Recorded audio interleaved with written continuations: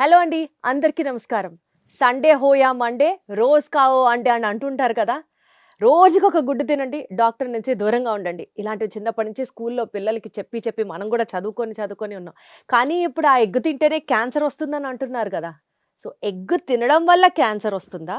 Eggs తినడం ఆపేయాలా? మరి ఒకవేళ ఎగ్స్ తినడం ఆపేస్తే ప్రోటీన్ సోర్స్ మీద మ్యాక్సిమం రోజుకి 6 గుడ్లు తినండి, 7 గుడ్లు తినండి అని మన జిమ్‌కెళ్ళిన వెంటనే చెప్తూ ఉంటారు కదా మనల్ని ట్రైన్ చేసేవాళ్ళు. మరి అప్పుడు ప్రోటీన్ కోసం దేన్ని ఎతుక్కోవాలి? అసలు ఎగ్స్ తినడం సేఫా? కాదా? దీని గురించి మాట్లాడదాం. మనతో ఉన్నారు డాక్టర్ రవికాంత్ గారు. హలో సార్, నమస్తే. నమస్తే సార్, అండి. ఇంతకీ మీరు ఎగ్గిటేరియనా కాదా? ఎగ్ ఫుల్ తింటాను. అవునా? ఇప్పుడు కూడా తింటున్నారా సార్? తింటాను. మరి ఎగ్స్ తింటే క్యాన్సర్ వస్తుందంటున్నారు. ఇప్పుడు బిగ్గర్ పర్స్పెక్టివ్ చూడరండి ఎవరు. అంటే బిగ్గర్ పర్స్పెక్టివ్ ఎగ్లో ఎక్కడో ఎవరో ఏదో వచ్చిందని చెప్తున్నారు.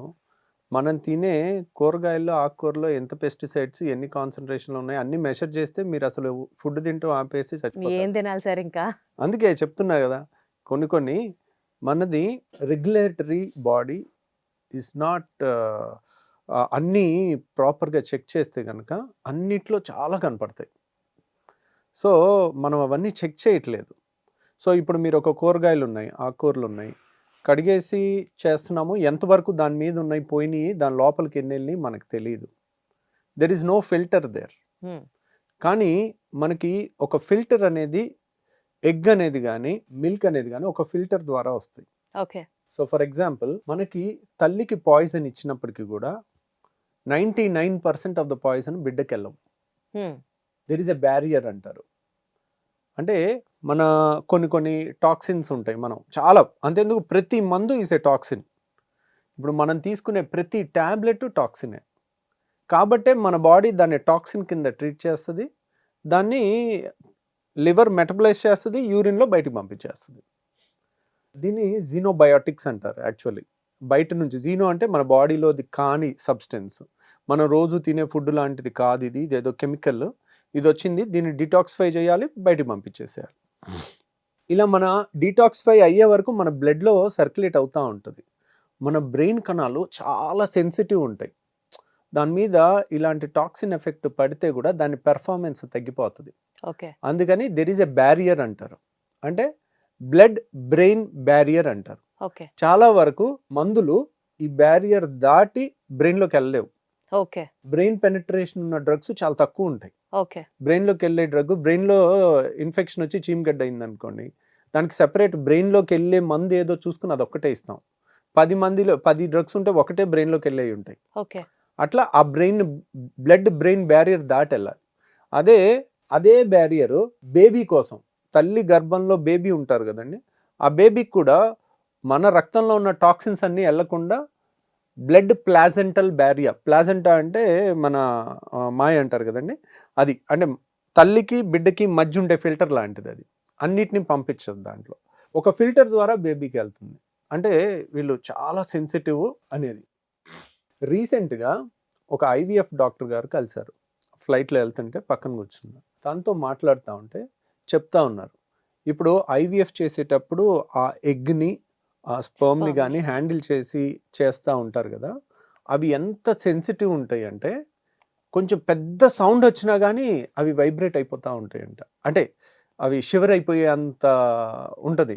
అసలు ఒక్క చిన్న డస్ట్ పార్టికల్ వచ్చినా, ఒక చిన్న బ్యాక్టీరియా వచ్చినా మొత్తం స్మాష్ అయిపోతాయంట. సో అంత ఐవీఎఫ్ ల్యాబ్స్ కూడా అంత జాగ్రత్తగా మెయింటైన్ చేస్తూ ఉంటారు. సో అక్కడ సౌండ్ కూడా రానివ్వనండి నేను, అవి చూస్తుంటాను ఒక్కోసారి, వాటి పెర్ఫార్మెన్స్ వాటిలో కూడా ఉంటుంది. అంటే అంత సెన్సిటివ్గా ఉండే కణాలని ప్రొటెక్ట్ చేయడానికి మన ప్రకృతి ఆల్రెడీ మనకు ఒక బ్యారియర్ ఇచ్చింది. సో మనం ఇచ్చింది ప్రతి ఒక్కటి అలా రాదు. బిడ్డకి వెళ్ళే పాలు కూడా అంతే, దాంట్లో ఒక ఫిల్టర్ ద్వారానే అన్నీ వెళ్ళిపోవు. కొన్ని మందులు safe to use in lactation అని ఇస్తారు, కొన్ని ఏమో not safe to use in lactation అని. అలా ఇవి పాల ద్వారా పిల్లలకి వెళ్ళే అవకాశం ఉంటుంది అని లేబులింగ్లో ఉంటుంది ఖచ్చితంగా. మీరు ఏ మందుకు తీసినా దాంట్లో ఒక బ్రోచర్ ఉంటుంది, ఇన్ఫర్మేషన్ బ్రోచర్, దాన్ని చదివితే తెలుస్తుంది అనమాట. ఇవన్నీ ఎందుకు చెప్తున్నానంటే, ఇప్పుడు మీరు ఒక పెస్టిసైడ్స్ కొట్టిన ఆకుకూరలో కూరగాయలో తింటున్నారు, there is no filter there. Okay. వాటిని డైరెక్ట్గా తినేస్తున్నాం. వాటిలో ఉన్న కార్సినోజన్స్ అంటే క్యాన్సర్ కారకాలు ఉన్న కెమికల్స్ అన్నిటినీ మీరు ప్రతి దాంట్లో చేస్తే అక్కడికక్కడే హార్ట్ అటాక్ వచ్చేస్తుంది మీకు. మీరు ఎగ్ని బ్లేమ్ చేసే ముందు వాటిని బ్లేమ్ చేయండి. ఎగ్ అనేది ఒక తల్లి నుంచి ఒక కొత్త జీవం తయారవుతుంది. There is a partial protection there. అది దాటుకుని రావాలి. మరి అలా దాటుకొని వచ్చింది కొన్ని ట్రేసెస్ ఆఫ్ యాంటీబయాటిక్స్ దొరికాయి ఒక ప్రముఖ బ్రాండెడ్ ఎగ్ కంపెనీలోనే అని కదా సార్ చెప్తున్నారు. ఎగ్జాక్ట్లీ. మీరు అదే టెస్ట్లు అలాంటి వందల ప్రోడక్ట్స్ ఉన్నాయి. వాటిలో మీరు వీటిలో చూడండి, కూరగాయల్లో ఆకుకూరల్లో చూడండి, మీకు ఇంకా వైబ్రేషన్స్ వచ్చేస్తాయి. మీరు చూసి మాట్లాడాలి కదా. కానీ ఇప్పుడు చూసాం కాబట్టి దీని రైట్, గురించి డిస్కస్ అది కదండి. మీరు రూపాయి సమస్య గురించి మాట్లాడుతున్నారు, నేను ₹1,00,00,000 సమస్య గురించి మాట్లాడుతున్నాను. ఎగ్గులో ఏదో ఒక మందు ట్రేస్ అయ్యేది నా దృష్టిలో రూపాయి సమస్య. మనం మిగిలిన కూరగాయలు ఆకుకూరలు మనం తినే ధాన్యం వీటిలో రోజు తినే అన్నంలో ఉండే కెమికల్స్ ₹1,00,00,000 సమస్య అంటాను నేను. మీరు ₹1,00,00,000 వదిలేసి రూపాయి సమస్య అని కలబడితే ఎలాగా? మీకు దానికి ఇప్పుడు ఎవడు చేయలేదు, చేస్తే కదా తెలిసేది. ఎవరు చేయాలి, చేసి ఎవడు ఇవ్వాలి రిజల్ట్స్? ఇది మీ బాధ్యత, నా బాధ్యత. ఇట్స్ ఎ రెగ్యులేటరీ అథారిటీ, వాళ్ళు చేయాలి. అంటే వాళ్ళు ఒక టెస్ట్ చేసి ఇప్పుడు ఒక రిపోర్ట్ బయటకు వదిలే వరకు టెన్షన్ పడక్కర్లేదు అని అవసరం లేదు. అంతేగా చెప్పదలుచుకుంటున్నారా? రూపాయి సమస్య అన్నానంటే ఏంటి, టెన్షన్ పడక్కర్లా. సరే సార్, దాంట్లో mother nature already put a filter there. Right sir. So ఆ ఎగ్స్ గురించి టెన్షన్ పడక్కర్లేదు, అందులో ఏవో యాంటీబయాటిక్ ట్రేసెస్ ఉన్నాయని మీరు అంటున్నారు. బట్ అదర్వైజ్ ఆల్సో ఎగ్స్ తినడం వల్ల టెక్నికల్గా మీరే నేను కరెక్ట్ చేయాలి సార్, కోలేట్ అనే ఒక element is also very good for brain health అని. ఈ కోలేట్ గనక అక్యుములేషన్ జరిగి బాడీలో TMAO అనే ఒక compound which causes or which is very risky for prostate cancer అని ఈ ప్రచారం జరుగుతోంది. అసలు ఇందులో నిజం ఎంత సార్? ప్రాబ్లం ఇక్కడే వచ్చిందండి. నాన్ టెక్నికల్ పీపుల్ టెక్నికల్ థింగ్స్లోకి వెళ్తే ఇలాగే ఉంటుంది. ఒక డాక్టర్ అవ్వాలంటే ఎన్నేళ్ల కృషి, ఎన్నేళ్ల, ఇప్పుడు ఇంటర్మీడియట్లో 18 గంటలు చదువుతుంటారండి, పుస్తకాలతో కుస్తీలు పడుతూ ఉంటారు. ఎన్ని ఎమోషనల్ బ్రేక్ డౌన్స్ అవుతాయి, ఎంత సబ్జెక్ట్ గుర్తుపెట్టుకోవాలి, ఎంత టాప్ ఆఫ్ ద టాప్లో అన్నీ ఉంటే కానీ అది చేయలేరు. సో సైన్స్ని ఒక 2 టెక్నికల్ వర్డ్స్ వాడితే మనం చేయలేం. మీరు ఒక 30 ఏళ్ళు అలా చదివిన తర్వాత ఒక గట్ ఫీలింగ్స్ వచ్చేస్తాయి. దేనికి రూపాయి సమస్య, దేనికి ₹1,00,00,000 సమస్య, ఏది ₹10 సమస్య అనేది. సో ఆ ఇన్సైట్ టెక్నికల్ పీపుల్కి నాన్ టెక్నికల్ పీపుల్కి రాదు. ఖచ్చితంగా ఉంటుంది. రాదు, ఎప్పటికీ రాదు. మీరు గూగుల్ చేసి చదివినా మీకు రాదు. You get scared. మీరు అవన్నీ చదివితే పిచ్చెక్కిపోద్ది. కాబట్టి అవన్నీ జనరల్ పబ్లిక్ చదవటానికి కాదు. ఒక రేర్ కోలినట్ అని కానీ రేర్ కెమికల్స్ కానీ పెడితే ఇంకా మనం మీరు ఒకటే చూస్తున్నారు. అట్లాంటి వేలు వందలు లక్షలు ఉంటాయి అట్లాంటివి. అన్నీ చదువుతూ పోతే దేనికి రూపాయి సమస్య ఏది, ₹1,00,00,000 సమస్య ఏది అనేది ఒక 30 అసలు దీనికి సిగ్నిఫికెన్సే లేదంటారా? లేదండి. మీరు ఏది పడితే అది టెస్టులు చేస్తే, నేను అనేది అదే, మీరు ఒక నేచురల్ ఫిల్టర్ ఉంది. ఇప్పుడు what is the best food available on earth అంటే నో డౌట్ తల్లిపాలు నెంబర్ 1, నెంబర్ 2 ఎగ్. ఓకే, ఇంకా దాంట్లో డౌటే లేదు. ఓకే. అండ్ ఇది నా మాట కాదు, నేను ఎక్కడ పుస్తకాల్లో చదివింది కాదు, ఇది బై నేచర్ని చదివి చెప్పింది. చివరికి ఒక లెవెల్ దాటి 30-40 ఏళ్ళు పుస్తకాలన్నీ చదివిన తర్వాత చివరికి ఇదంతా బుల్షిట్, నేచరే కరెక్ట్ అనే అంటే సార్ ఫీలింగ్ ఇప్పుడు కూడా మీరు వస్తుంది. చెప్పే థియరీ గేదె పాలకి కూడా అప్లై అవుతుందిగా? అవుతుంది. ఆబ్వియస్లీ గేదె పాలు- ఫిల్టర్ ఉంటుంది అంటున్నారు. అవును, ఉంటుంది. అంటే మరి అందులో కూడా గ్రోత్ హార్మోన్స్ వచ్చేస్తున్నాయి, పిల్లలకి యాంటీబయాటిక్లు వచ్చేస్తున్నాయి, తల్లులు పిల్లలకి పాలు పట్టించడం కూడా మానేస్తున్నారు కదా సార్? రైటేనండి. అంటే ఏది కూడా మిల్క్ ప్రొడక్షన్ పెంచాలనుకోండి ప్రొలాక్టిన్ హార్మోన్ ఇస్తారు. ప్రొలాక్టిన్ హార్మోన్ ఇప్పుడు ఈస్ట్రోజన్ హార్మోన్ నాకు ఇచ్చారు అనుకోండి, మగవాళ్ళకి ఎవరికి ఇచ్చినా బ్రెస్ట్ డెవలప్మెంట్ వచ్చేస్తుంది. వాళ్ళకి ప్రొలాక్టిన్ ఇస్తే మిల్క్ కూడా వచ్చేస్తుంది. వాళ్ళు ప్రెగ్నెంట్ అయ్యి ఉండాల్సిన పని లేదు. మీరు చూసారు కదా 70 ఏళ్ల ముసలావిడ్ని మీరు ప్రెగ్నెంట్ చేయగలిగారు, డెలివరీ చేయగలిగారు. Yes sir. So it's all in the hormones. ఒక హార్మోన్ ఇవ్వటం వల్ల దాని ఎఫెక్టే వస్తుంది. మీరు మిల్క్ ప్రొడక్షన్ ఎక్కువ అయ్యే హార్మోన్ ఇచ్చారు, మిల్క్ ఎక్కువ అవుతుంది, అది టాక్సిన్ కాదు. గ్రోత్ హార్మోన్స్ కూడా ఇస్తున్నారు కదా? గ్రోత్ హార్మోన్స్ ఇస్తున్నారు. ఇది కాంపౌండింగ్ ఫ్యాక్టర్స్ అంటారు. ఇప్పుడు ఏంటంటే ఇది ఎలా ఉంటుందంటే, నేను ఇప్పుడు తొడగొడితే వర్షం పడింది అనుకోండి, తొడగొట్టినందువల్ల వర్షం పడదు. సో ఇక్కడ నేను చూశానండి, తొడగొట్టిందే వెంటనే వర్షం పడింది అంటే అలా 1000 సార్లు 100 సార్లు జరిగితే దెన్ వి షుడ్. అది సైన్స్, రీసెర్చ్. ఇప్పుడు మీరు గ్రోత్ హార్మోన్ ఇచ్చారు, గ్రోత్ హార్మోన్ ఇవ్వటం వల్ల పిల్లల్లో లేకపోతే మిల్క్ లో ఏదో ప్రొలాక్టిన్స్ అవి ఇవ్వటం వల్ల పిల్లల్లో ప్రిమెచ్యూర్ గా Periods మెచ్యూర్ start అవుతున్నారు అని అనుకోవచ్చు. దాన్ని ప్రూవ్ చేయాలంటే సైంటిఫిక్ వే ఏంటనేది ఇప్పుడు పిల్లలు ఎలా ఉంటున్నారు, 9th class 8th class 7th క్లాస్లో వచ్చేసరికి చాలా మంది ఫిజికల్ యాక్టివిటీ లేదు. చిన్నప్పుడు స్కూల్లో ఆడుకున్నట్టు ఆడుకోవట్లా. వాళ్ళు తినే ఫుడ్ 30 ఏళ్ల కింద ఉన్న ఫుడ్ కాదు. మీరు ఒక్క మిల్కే చూస్తున్నారు. ఆ చేంజెస్లో నా చిన్నప్పుడు నేను స్కూల్కి వెళ్ళినప్పుడు తిన్న ఫుడ్, ఇప్పుడు మా పిల్లలు తింటున్న ఫుడ్, జనరల్ పబ్లిక్ తింటున్న ఫుడ్లో వేల రకాల చేంజెస్ వచ్చినాయి. ఓకే మీరు ఒక్కదాన్నే పట్టుకుని ఇదే కారణం అని ఎలా చెప్పగలుగుతారు? సార్, మీరు చెప్పిన దాని ప్రకారమే ఒక 10 ఏళ్ల తర్వాత దీని మీద రీసెర్చ్ చేసి అప్పుడు ఇదే కారణం అని గనక చెప్పారనుకోండి సార్, ఇన్నాళ్ళు భయపడి ఆపిన వాళ్ళందరూ మంచిగా ఉన్నట్టే కదా సార్ లెక్క. లేదా మీ మాట ప్రకారం ఇప్పుడు పాలు తాగుతూ వెళ్ళారనుకోండి, ఓ 20 ఏళ్ల తర్వాత ఆ టెస్ట్ నిజమే కరెక్టే, ఇందులో వచ్చినవన్నీ పిల్లలకి వెళ్తున్నాయి అని అనుకున్నారనుకోండి, అప్పుడు వీళ్ళు పాడు చేసుకున్నట్టేగా హెల్త్. అలా అంటే ఇంక అన్నీ ఆపేయాలి. తింటాం, కూరగాయలు ఆపేయాలి, ఆకుకూరలు ఆపేయాలి. మీరు నేను అనేది వాటిలో ఇంకా ఎక్కువ జరుగుతుంది అంటున్నాను నేను. మీరు first if you come to milk and egg, I defend it very vehemently. ఇంకా దాంట్లో డౌటే లేదు. వాటి జోలికి వెళ్ళి వాటిని గనక మీడియాలో కలుషితం చేయొద్దు. They are the purest form of food available till date. వాటికన్నా మిగిలిన అన్ని 100 రెట్లు dangerous, irrespective of the test. కావాలంటే మీరు దీని జోలికి వెళ్తే నేను అది అంటాను. మీరు ఈ రెండింటిని టచ్ చేయొద్దు, నేను దేన్ని అన్నాను. దానికి కూడా వచ్చేసింది కదా సార్ సొల్యూషన్. మీరు చెప్పినట్లుగా ఆర్గానిక్ గా పండిస్తున్నారు. ఇప్పుడు ఇవి కేజీ 20 రూపాయలు అయితే కేజీ 40 రూపాయలకు కొంటున్నాం. ఆర్గానిక్ అని బ్రాండెడ్ లేబుల్స్ వచ్చాయి కదా మార్కెట్ లో. వచ్చినాయి కానండి, అంత రిలయబిలిటీ ఎక్కడ ఉంది? ఇప్పుడు ఆర్గానిక్ అని ఇప్పుడు ఇండియాలో ప్రతిదీ పచ్చి మోసం లాగా అయిపోయింది. ఇప్పుడు వాడు ఆర్గానిక్ గా పండించాడా లేదా ఎవరు చూస్తున్నారు? మీరు చూస్తున్నారా? నేను చూస్తున్నాను. అది కరెక్ట్. మామూలుది ఎక్కడదో పక్కకి వెళ్ళి మామూలుది కొనుక్కొచ్చేసి ఇక్కడ ఆర్గానిక్ అని లేబుల్ వేసి అమ్మేస్తే ఏం చేస్తాం? ఇప్పుడు ఇక్కడ ఎగ్ దాని మీద వచ్చింది కూడా ఒక బ్రాండ్ క్రియేట్ చేసుకుని దాన్ని డబ్బులకి అమ్ముకునేటప్పుడు దాంట్లో చిన్న ట్రేస్ కనపడినా దాని కన్జ్యూమర్స్లో కోపం వస్తుంది. మేము నిన్ను నమ్మి ఇంత చేసాము, నువ్వు నేషనల్ స్టాండర్డ్ ప్రకారమే పెట్టారు.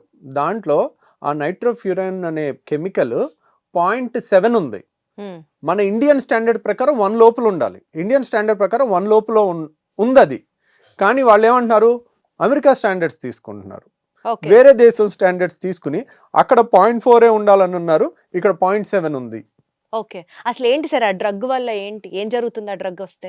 సో యూజువల్ గానండి మనం భయపెట్టడానికి జనాల్ని ఏమీ రావక్కర్లా. ఇది ఎక్కడో క్యాన్సర్ కారకం అని ఉంది, దీనివల్ల క్యాన్సర్ వచ్చేస్తుంది అని చెప్తే చాలు భయపెట్టడానికి. అంతేగాని అది ప్రూవ్ చేయలేమండి. నేను చెప్తున్నా కదా, వండర్ఫుల్ డ్రగ్స్ని చంపేశారు. వండర్ఫుల్ డ్రగ్స్ని ఇలాగే చంపేశారు మల్టీనేషనల్ కంపెనీస్. ఎందుకు? ఇప్పుడు కొత్త డ్రగ్స్ వచ్చినాయి, వాటిలో కన్సెషన్ ఉండదు, ప్రైస్ కంట్రోల్లో ఉండవు. పాత డ్రగ్స్ ప్రైస్ కంట్రోల్లో ఉంటాయి. ప్రైస్ కంట్రోల్ అంటే మీరు 100 రూపాయలు దాటి దీన్ని అమ్మటానికి లేదని రూల్ ఉంటుంది. కొత్తగా వచ్చిన డ్రగ్స్కి అది ఉండదు, వర్తించదు. వాటికి పేటెంట్స్ ఉంటాయి, అన్నిటికీ చాలా హై ఎక్స్పెన్సెస్ కాస్ట్ ఉంటుంది ఫస్ట్ 5 ఏళ్ళు 10 ఏళ్ళు. సో ఇవి వెళ్ళాలంటే పాతది బాగా పనిచేసే మందుల్ని కూడా చాలా వాటిని చంపేశారు. ఇది ఉంటే ఇది ఎవరు కొనరు అని. సో ఇదంతా మార్కెట్ డ్రామా అంటారు. అంతేనండి. సరే, ఇప్పుడు మీరు చెప్పినట్లుగానే ఆకుకూరలు అంటే మనం ఒక ప్రాబ్లం గురించి మాట్లాడుతుంటే ఇప్పుడు ఇంకొక ప్రాబ్లం ని తీసుకొచ్చారు మీరు. Human psychology and corporate greed రెండు సేమ్ అండి.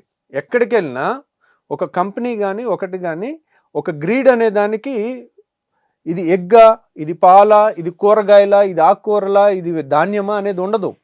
ఎక్కడైనా నాకు ఎక్కువ లాభం, అంతే. ఇంకా that's all. That's a business principle. Sir, ఇప్పుడు ఎగ్ని ఎగ్గుగా తీసుకుంటే గుడ్డు 4 రూపాయలు ఉందనుకుందాం సార్. వాటిట్లో కూడా ఆర్గానిక్ ఎగ్స్ అని, వైటమిన్ డి, ఈ, కే, B12 అన్ని ఇంజెక్ట్ చేసిన ఎగ్స్ అని ఇట్లా బోల్డ్ వస్తున్నాయి కదా మార్కెట్లో. సో ప్లెయిన్ ఎగ్ తీసుకోవడం బెటరా, ఈ మినరల్స్ అన్ని ఇన్ఫ్యూజ్ చేసిన ఎగ్ ఖరీదు ఎక్కువ పెట్టి తీసుకోవడం బెటరా సార్? అవన్నీ న్యాచురల్ ఫార్మ్ ఆఫ్ మినరల్స్ ఏనా, ఆర్ కెమికల్ రూపంలో వచ్చినటువంటిది మనం బాడీలో తీసుకున్నట్లు అవుతుందా? అదంతా బోగస్ అండి. అవేం ఉండవా అసలు? అసలు అలా ఉండదు. ఎగ్కి మనం ఏమి ఇన్ఫ్యూజ్ చేయలేమా? చేయకూడదు, చేయలేము కూడా. మీరు ఒక తల్లికి ఎక్కువ డోస్ ఇస్తే బిడ్డకి ఎక్కువ వెళ్ళిపోద్ది అనుకోవటం మూర్ఖత్వం. అది ఎగ్కే ఇస్తే అసలు ఎగ్కి ఇవ్వలేము కదా, మనకి షెల్ ఉంటుంది కదండి. అసలు ఎగ్కి ఇస్తే లేనిపోని ఇన్ఫెక్షన్స్ అంటగట్టిన వాళ్ళం అవుతాం. ఎగ్కి షెల్ ఉంటుంది, దాన్ని బ్రేక్ చేయకుండా ఇవ్వలేము. ఎగ్ షెల్ బ్రేక్ చేస్తే లోపల వెంటనే లోపలికి. కుళ్ళిపోద్ది. అవును. ఏది బ్యాక్టీరియాకి దారి ఇచ్చినట్టు. ఇప్పుడు ఒక నేచర్ చూడండి ఎంత పర్ఫెక్ట్గా తయారు చేసిందో, ఒక షెల్తో సహా అది అలా ఒక నెల రోజులైనా ఉండి లోపలిది పాడవకుండా ఉంది. ఆ షెల్లోంచి ఒక చిన్న ఇంజెక్షన్ ఇవ్వండి, ఏదన్నా మందు కానీ ఏదన్నా ఇవ్వండి, అక్కడ నుంచి వెళ్ళే బ్యాక్టీరియాతో వెంటనే చచ్చిపోద్ది అది. అంటే సార్ 20 రూపాయలు పెట్టి గుడ్డు తినడం వేస్ట్, 4 రూపాయలు పెట్టి తిన్నా అదే పోషక విలువలు ఉంటాయంటారా మీరు? నేను అలా అంటలేదు. రియల్గా ఒక జెన్యున్ పర్సన్ చాలా కష్టపడి నాటుకోళ్ళు పెంచి తనే చూసుకుని వచ్చిన గుడ్డుని వాడు 50 రూపాయలు పెట్టినా నేను కొంటాను. ఓకే. సో దీన్ని ఎన్కాష్ చేసుకోవటానికి ఒక బ్రాండ్ లా క్రియేట్ చేసి మామూలు ఎగ్స్ తీసుకొచ్చి దీనికి ఆర్గానిక్ అని ముద్రేసి దాన్ని 2 రూపాయల దాన్నో 4 రూపాయల దాన్నో 20 రూపాయలకు అమ్మటం మోసం అంటాను. ప్లస్ ఇంకోటి నేను ఖండించేది ఏంటంటే, అసలు ఎగ్ తింటే క్యాన్సర్ వస్తుందని ఇంకా మీడియా అంతా ప్రచారం చేస్తే ఇంకా నేను తట్టుకోలేను అది. కాదు సార్, ఎగ్ తింటే క్యాన్సర్ వస్తుందా అని మిమ్మల్ని అడిగితే దానికంటే 100 రూపాయల సమస్య ఇంకోటి ఉంది అని ఆకుకూరలు, ధాన్యం వీటన్నిటి ప్రస్తావన అవును, తీసుకొచ్చారు. అవును. అంటే ఇప్పుడు మనం ఏం తినాలి సార్? ఎగ్ తింటే డౌట్, పాలు తాగితే డౌట్, ఆకుకూరలు అంటే ఇప్పుడు మీరు మళ్ళీ కార్సినోజెనిక్ అందులో ఎన్ని ఉంటాయో అంటున్నారు. అసలు ఏం తినాలి, ఎలా బతకాలి? ఏమి తినాలి అంటే ఇది మీరో నేనో తీర్చగలిగే సమస్య కాదు. ఇది మీడియా తీర్చగలిగే సమస్య కాదు. ఇది రెగ్యులేటరీ అథారిటీ మాత్రమే తీర్చగలిగేది. రియల్గా పెస్టిసైడ్స్ ఉన్న వాళ్ళకి పనిష్మెంట్స్ ఉన్నాయా? మోతాదుకు మించి ఒకసారి ఒక మినప రైతు వచ్చాడు, తన బాధ తను చెప్తుంటే, సార్ ఏదో పురుగు వచ్చింది సార్, మొత్తం చేతికొచ్చిన పంట అంతా పోయేటట్టుంది సార్, ఆ బాధలో ఎంత హై డోస్ కొట్టేశానో సార్, ఏదైతే అది అయిపోయింది, నేను అంత హై డోసు కొట్టేశాను సార్, నాకు మనసు రాలేదు కానీ నాకు చాలా నష్టం వస్తుంది, అది ఎక్కడి వరకు వెళ్ళిందో ఏం వెళ్ళిందో అని ఆ మినప రైతు చెప్పాడు నాకు.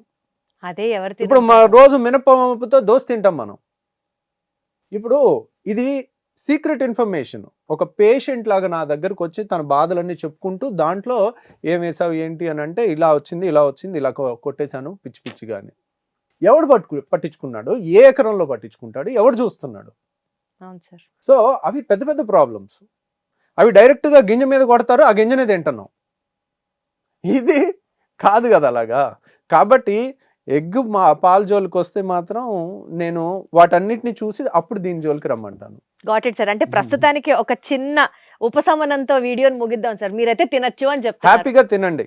అసలు ఎగ్ గురించి ఆలోచించకండి. దానికి ఆల్రెడీ మన నేచర్ ఆలోచించి దానికి ఇవ్వాల్సిన ప్రొటెక్షన్ ఇచ్చింది, పాల గురించి కూడా ఇచ్చింది, ఏం పర్వాలేదు. మీరు మిగిలిన హెల్దీ లైఫ్ స్టైల్ ఇప్పటికీ కూడా మీరు సోమరిపోతులు చేసి పిల్లల్ని మొబైల్తో 4-5 గంటలు షార్ట్లు చూపించి ఎక్సర్సైజులు లేకుండా ఉదయం 7ంటికి పంపించి సాయంత్రం 7 దాకా స్కూల్లో ఉంచి రుబ్బి వాళ్ళ జీవితాన్ని అంతా నాశనం చేస్తున్నారు. అది ఆపండి చాలు. మీరు ఎగ్ గురించి, ఎగ్ తింటే క్యాన్సర్ వస్తుంది, ఇది తింటే పాలు తాగితే ఎర్లీ మెచ్యూరిటీ వస్తుంది, ఇవన్నీ ప్రూవ్ లేని దాని గురించి వద్దు. మన జాగ్రత్తగా ఉందాం. అవి కూడా తెలివిగా, సపోజ్ మనకు తెలిసిన వాళ్ళు ఉన్నారు, కొంచెం రిలయబుల్ ఉన్నారు, పోసేవాళ్ళు గేదె పాలు డైరెక్ట్గా చేస్తున్నారు, ర్యాండమ్గా ఒకసారి వెళ్ళి చెక్ చేసుకోండి నిజంగా చేస్తున్నారా లేదా. ఓకే, రిలయబుల్ ఉంది, సో వీళ్ళ దగ్గర తీసుకుందాం. ఓ 30 రూపాయలు ఎక్కువ, మరి మేము ప్యాకెట్ పాలు తీసుకోవట్లే, అలాగే చేస్తున్నాము, మాకు నూనె నుంచి రోజు పాలు వస్తాయి. ఒకసారి మంత్లో ఒకసారి వెళ్ళి ర్యాండమ్ చెక్ చేసాము, ఓకే వీళ్ళు బాగానే ఉన్నాయి, పెరుగు క్వాలిటీ బాగానే ఉంది, ఏమి వాటర్ కలపట్లేదు, ఏం కెమికల్స్ కలపట్లేదు, హ్యాపీ. అది మనం ఉంటే ముఖ్యమైన మనం కంట్రోల్ చేయగలిగిన కొన్నిటి మీద కంట్రోల్ చేసుకుందాం. అంటే ట్రస్టెడ్ సోర్సెస్ దగ్గర నుంచి పాలైనా, గుడ్లైనా, కూరగాయలైనా ఆ మాటకు వస్తే మన సర్కిల్లో, మన పరిధిలో మనం చేసుకోవాల్సినవి చేసుకుంటే చాలు. అనవసరంగా వార్తలను చూసి సోషల్ మీడియాలో వస్తున్నటువంటి రోజుకొక బ్రేకింగ్ ఇష్యూ గురించి మనం కూడా హార్ట్ బ్రేక్ చేసుకోవాల్సిన అవసరం లేదు. అర్థమవుతుంది. Thank you.